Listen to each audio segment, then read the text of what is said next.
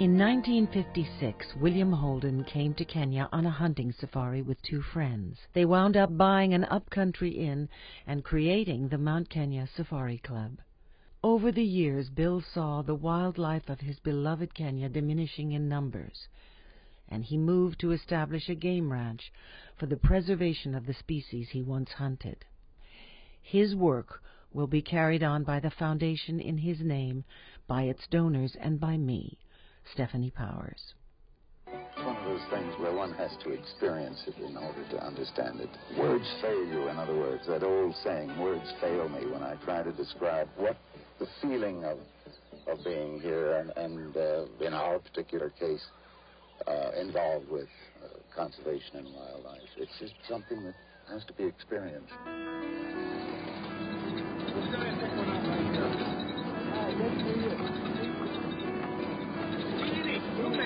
That's a male, Bill. We don't want to. Okay, we'll try and pick one up. Bill had a strong attraction to the straw-colored land of East Africa. In his work with the Mount Kenya Game Ranch, Bill and his American partner, Don Hunt, often ventured outside their private sanctuary of Hope. In this case, to the Laikipia Plains, to rescue giraffe due to be cropped under a government control program. The burning of habitat, the presence of poachers and cattle farmers, threatens the wild creatures of the bush more each year. The savanna retreats beneath an ever-tightening jacket of human population. Bill saw the need to act and raised his bamboo pole in the wind, knowing that a rope around this slender neck was a lifeline to a new freedom. While in Kenya in 1981, Bill gave a rare interview. In fact, the only interview he ever allowed to be filmed at the ranch. In it, he explained why. I always felt that I never wanted to capitalize on this particular involvement and endeavor. And for the 22, 23 years, I really haven't done much about publicizing in any respect what we've been doing. But we all must recognize that there are phases in life, and going out and capturing either rhino or elephant or giraffe or whatever the animal might be, there's going to be a day when I'm not going to feel like doing it anymore.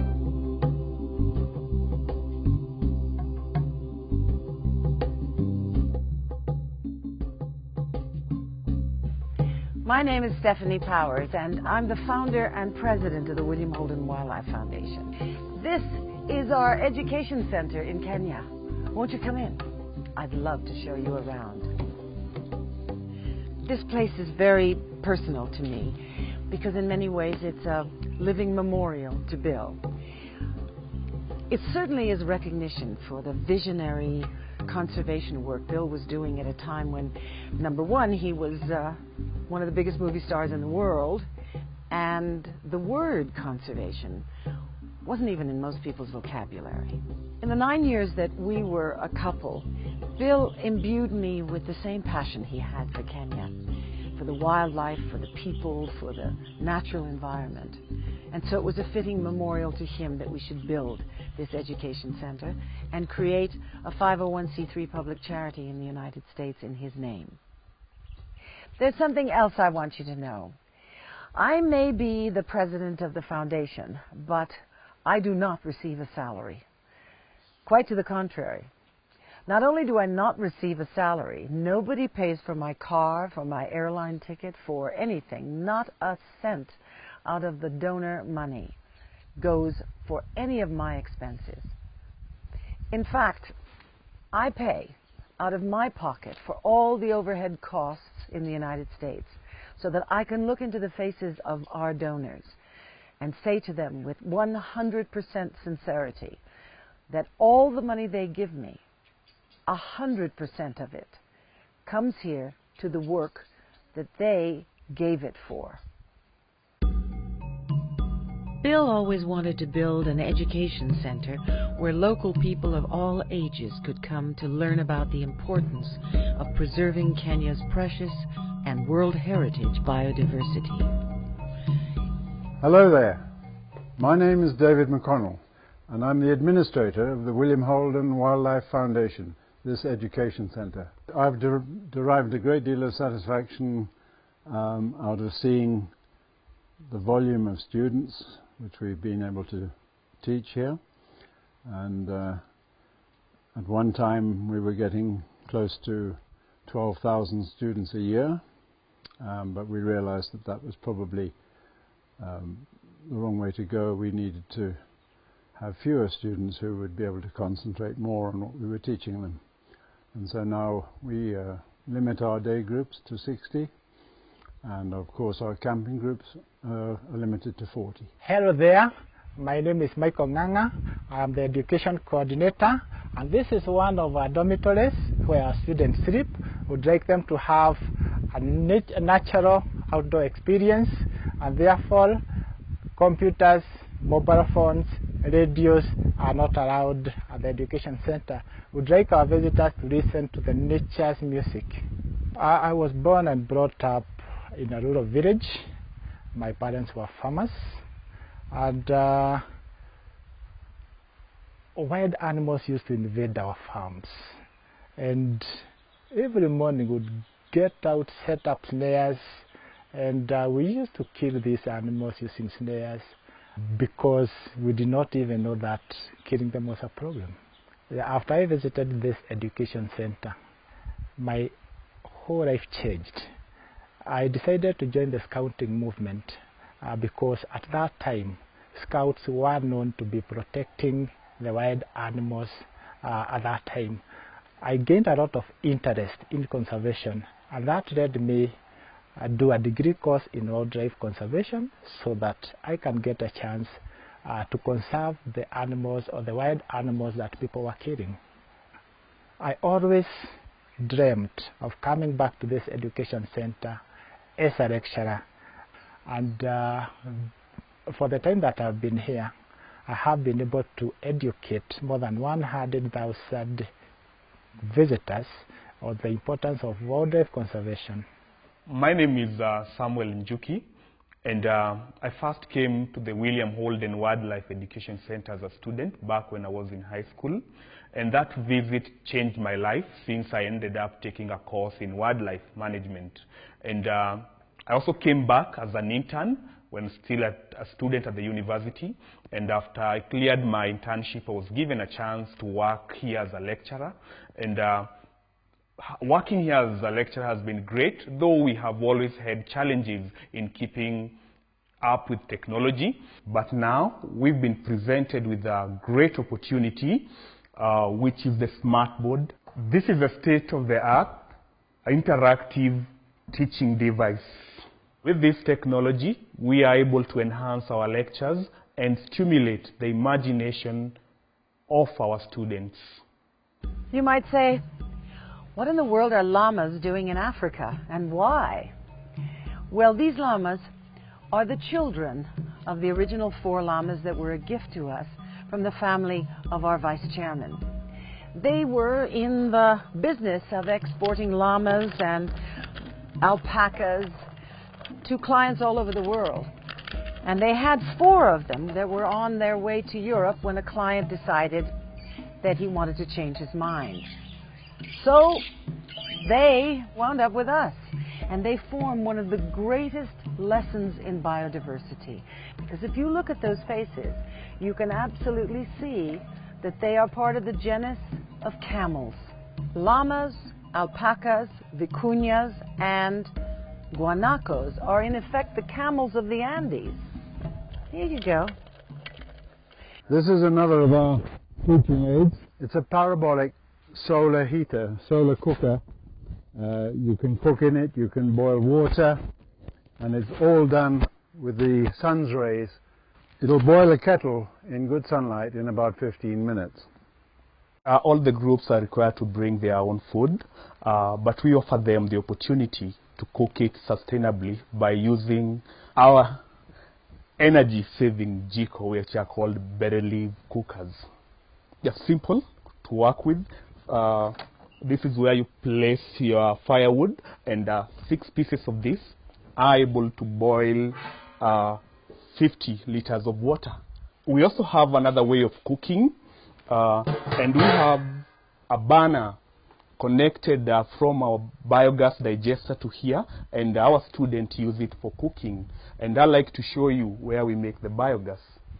This is our simplified, affordable biogas digester that can be afforded by anybody in Kenya. The best dung to use is cow dung, which many communities have, and this is how it's made. We have the inlet on this end where you pour in the dung that is mixed with water. Then we have the main digester here that decomposes the waste to produce the gas. Then the gas, we tap it through this pipe to the kitchen. Then we also have an outlet on the other end, and from here we get the waste, the liquid waste from the digester that we use as liquid manure in our farms. And we want to try cooking. Turn the gas on, then the matchbox, and there we have the gas burning. And since biogas is an environmental friendly gas, you cannot actually see the flame. It's blue. So, but we can burn a paper to see it's burning. There we are. Now this is one of our teaching aids which I've helped develop. It's a bush refrigerator. We had one on the farm when I was a child, and it was incredibly effective. It's very simple. It consists of charcoal, water and wind. Now the water wets the charcoal, the wind evaporates it, and you get cold, very, very cold inside. This looks like a beautiful garden, doesn't it? Well, it actually is something called a wetland permaculture. All of our wastewater goes through a filtration system right here. Nothing goes back into the river polluted. There are 3 ponds beyond this. By the time all the waste is filtered through this pit and winds up rising into the next pond, you can already see the change in the condition of the water. There is absolutely no odor whatsoever. But in the first pond, we see magnificent biodiversity at work. We see frogs coming, we see bugs coming, we see birds feeding on the bugs, we see other plants, other sorts of plants that are feeding on the microorganisms of the first filtration of the water. It's so exciting. By the time this water gets to the final pond, you can put a glass in the water and you can drink it. Yummy. We get a lot of waste bottles lying around all over the countryside, and as an encouragement to stop people throwing them away, this was a good idea of how to use them. It is in fact a little eco-greenhouse. This little Eden on the Nanyuki River practices what it preaches, offering new ideas for non-polluting resource conservation. We use extensive solar heating, grow our own vegetables and fruits, cook with fuel-efficient stoves in an effort to combat deforestation, and we have a nursery where students are shown how to grow and care for seedlings of a fast-growing multi-purpose tree whose use extends from fodder to fuel.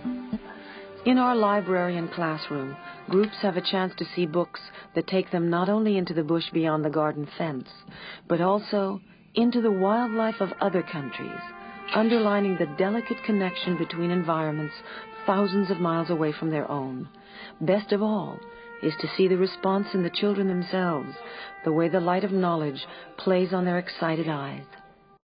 Every inch of our acreage contains a lesson.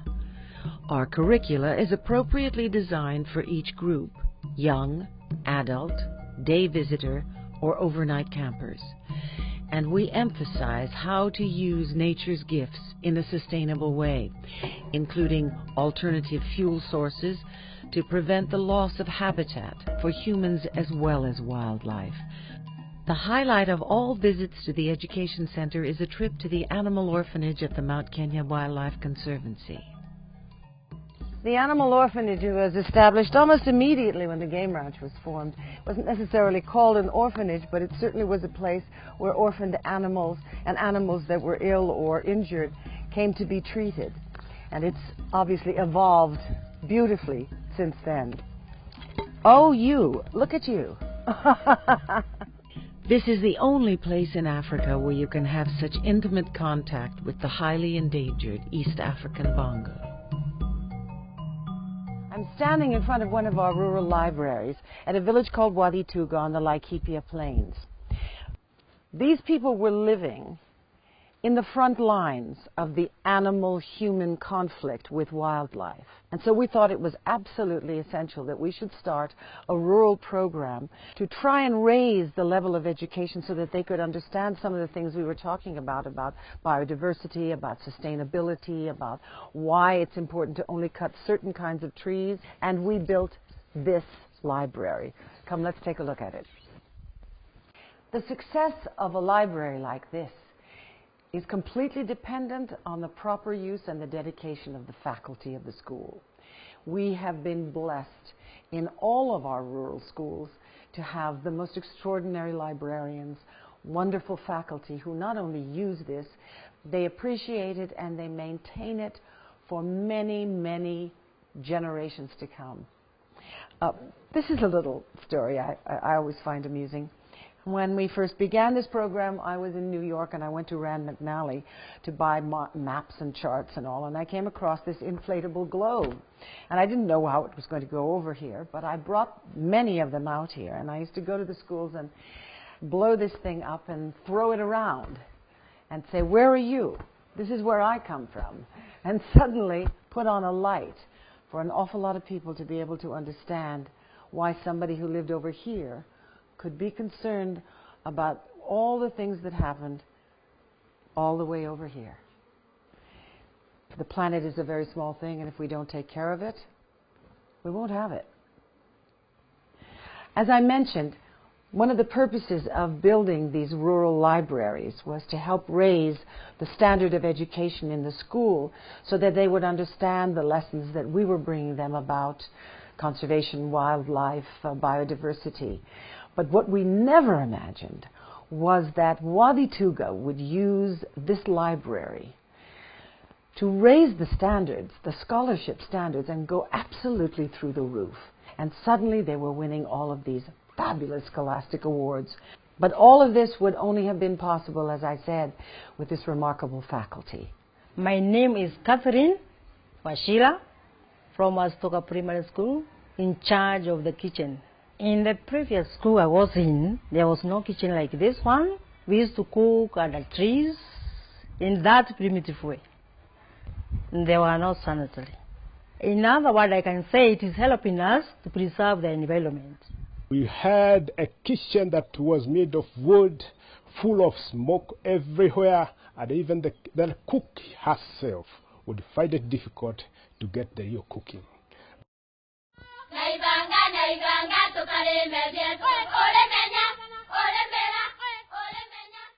In 2009, my mother passed away, and I received such an overwhelming response from my friends and fans and supporters who gave donations to the foundation in her memory that we decided to use those funds to create a memorial library in her name.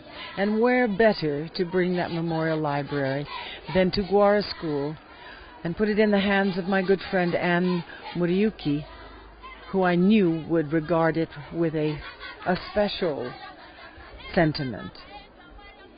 Shortly after that, my fiancé decided, after seeing this wonderful building and meeting Anne, that he would construct a companion building, a sustainable kitchen and canteen in the name of his parents and his family. And it's a very nice companion piece in memorial to both of our dear and much loved parents. Yes, my name is Anne Morioki, the headmistress of Gwara Primary School. I met with Miss Powers at Wadi-Tuga Primary School, where I was a teacher and the librarian. We became friends, and later Miss Powers visited me at Gwara Primary School and asked me what I wanted. We told her that we would like a school library because we had none. Later on, Miss Powers came and told us that she will make a magnificent library in memory of her mother. It was built, and we have always enjoyed being in the library, plus taking care of her mother, because we believe this is where her mother will forever be remembered in, since it is in the name of her memory. I hope I've been able to give you a better idea of what it is we do here. But I'd like to leave you with one thought. It's what we tell all of our visitors. Christianity started with only 12 apostles, and there are usually many more than 12 in the groups that come to us. So I'll ask you the same thing I asked them. Won't you join us? Won't you help us preach the gospel of conservation? We really need your help, and so does wildlife. For as each culture loses its heritage, so do we lose our own. With it goes something we will one day look back to find. The last reflection of the world as an infant, the last measure of how far we have come, and the last frame of reference for the simple word, mankind.